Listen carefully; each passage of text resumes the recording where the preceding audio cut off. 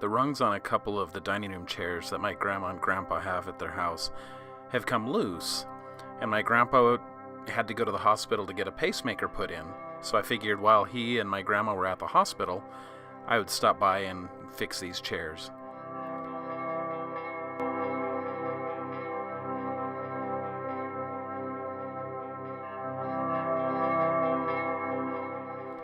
Grandpa doesn't have a proper shop anymore, but he does have a good-sized garage. Unfortunately, it's not heated, and Utah is cold in January. He also doesn't have a proper bench, but he does have one of these Rockwell clampy table things, which worked out decent for what I needed.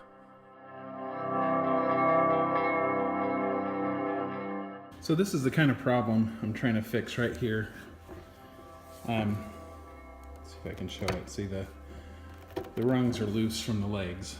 And that is true on 3 of her chairs. Now, just like the saying, there's more than one way to skin a cat, well, there's more than one way to fix a chair. And the way I'm going to fix these ones is I'm going to drill a hole through here, all the way through the leg, that will also go through the rung, and I'm going to draw bore it in place with an oak peg. Now, to do the draw bore, I'll drill this hole first, put this back in. I'll then use a brad point bit to mark the center point of the hole on this peg, and then I'll move that center point over just a teensy bit and then drill a hole and then put it back together. And the idea is that when you force the peg through, since this is going to be out a little bit, the peg going through, the action of that is going to draw these together tighter, and then I'll glue the whole thing in place. Actually, I'll probably epoxy it because I don't think I brought any wood glue. And then they should be set forever. Turns out it was too cold in the shop for wood glue anyway. Epoxy was the only way to go. I did use a little blue tape just to try to minimize the amount of tear out, and so that hopefully there would be less epoxy to clean up after I glued it together.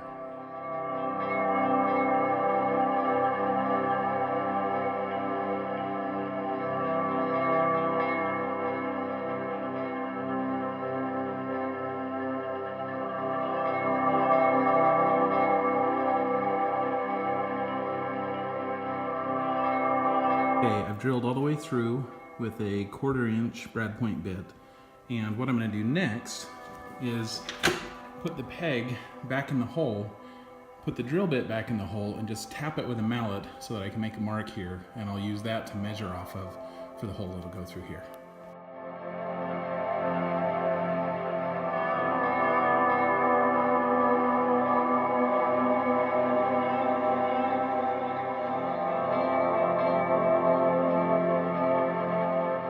I used some 1/4 inch oak dowel stock from Home Depot and just cut 4 or 5 short pieces of it.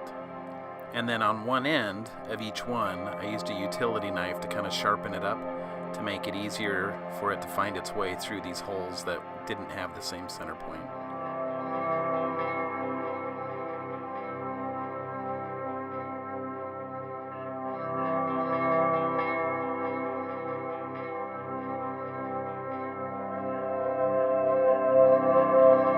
Chair number 2 is a little bit worse. It's got 2 of them, and I'm going to have to approach it a little bit differently here because this peg, the hole that it goes into isn't big enough to accept a draw bore. Since I'm not sure how I'm going to handle that, I'm going to start with this one first. It's going to be basically the same as what I did on the other one.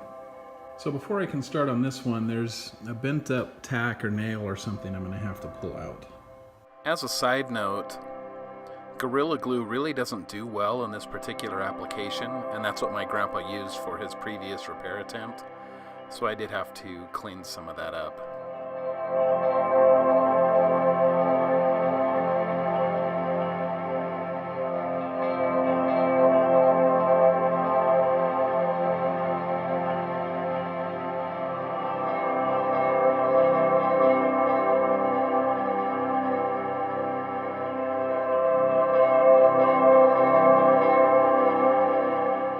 Putting the brad point bit back in the hole after you've inserted the rung into the mortise just allows you to mark the center point so that you can drill those two separately.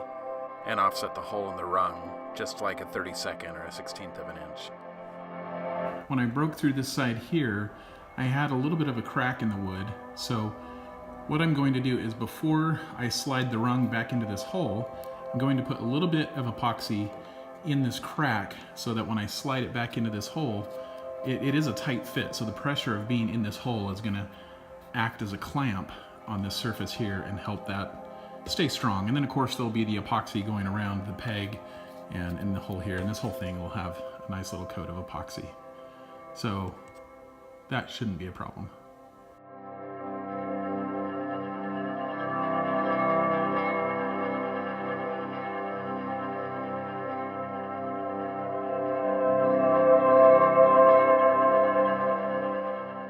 So on this one here, since this one had a bit of a blowout, I'm not going to bother trying to take that approach here. So what I'm going to do is drill a hole through this rung and put a piece of dowel stock through that, glue that in place, trim it off, and I'll probably go ahead and add a little epoxy here, put it back in the hole, clamp it together. Once that is set, I'm going to drill through this way and countersink for a screw to go in, and then the screw will be able to bite through the dowel and hold it through that way. The screw might not look great, but with it being countersunk, I'll try to cover it with a little bit of the repair wax and see if that hides it. If not, I might need to clean the hole out and put in a little bit of a peg or something.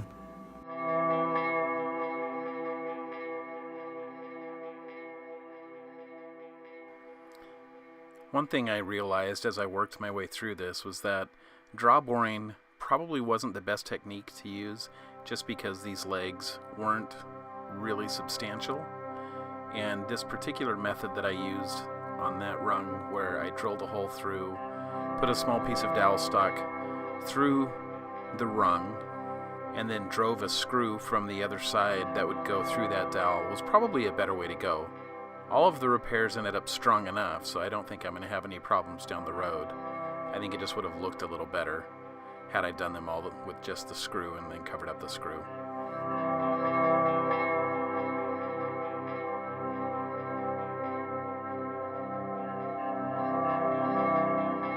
These repair wax pencils actually worked really well for covering up some of the holes. As cold as it was in the shop though, I did have to use a propane torch to kind of heat up the wax so that I could really fit it in there and fill the hole. I made sure that the flame didn't actually touch the wax, it was just close enough to heat it up. I then smoothed it and polished it with a rag.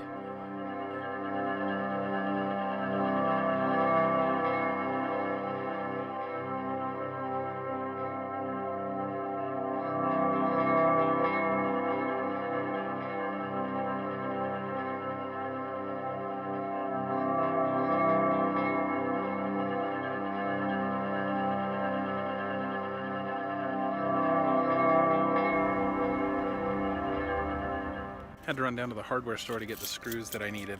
Whenever possible, go to an actual hardware store. You're supporting a local business. They know what they're talking about.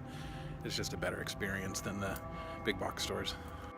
This particular hardware store didn't actually have the trim screws I was after, but what they did have ended up working out okay. I've got the hole drilled, just barely countersunk because these are number 6 screws. I'm going to do a test fit real quick to see how that looks. And if the head isn't completely below the level of the wood here, then I'm going to drill this out a little bit more.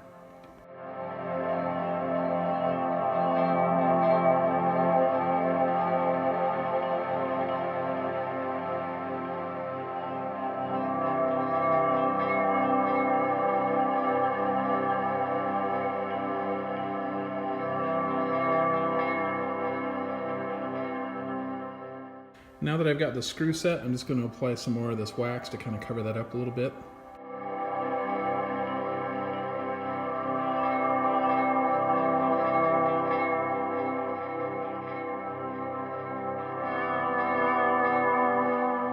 This flush cut saw was too big for how curvy the legs are.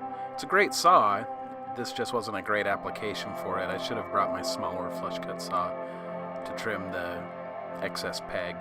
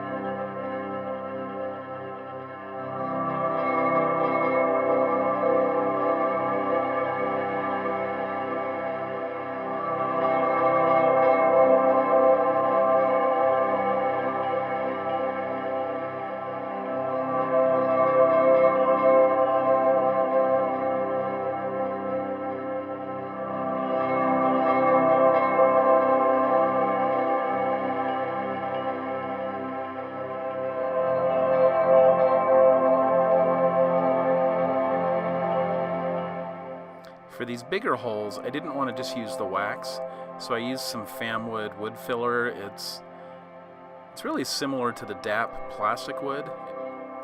As cold as it was, I didn't really trust using regular wood putty.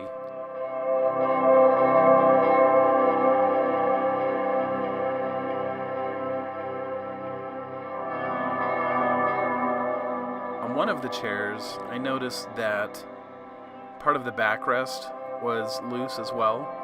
So I drilled a hole through the bottom of the chair into the center portion of the backrest, and then ended up driving just a single screw through that to tighten it up.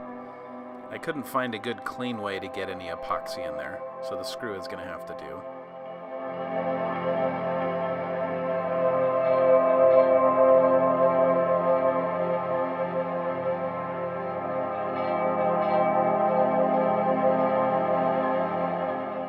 After the Famwood dried, I used some 400 grit sandpaper to smooth it out and try to ferret in a little bit.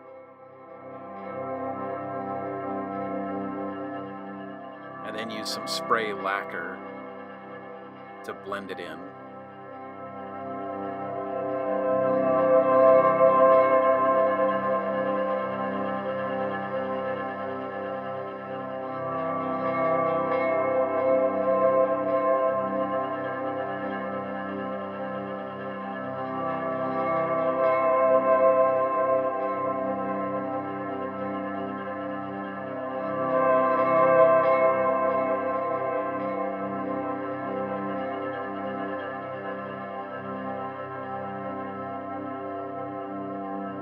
While the lacquer dried, I went ahead and cleaned up, put all the tools back in my car,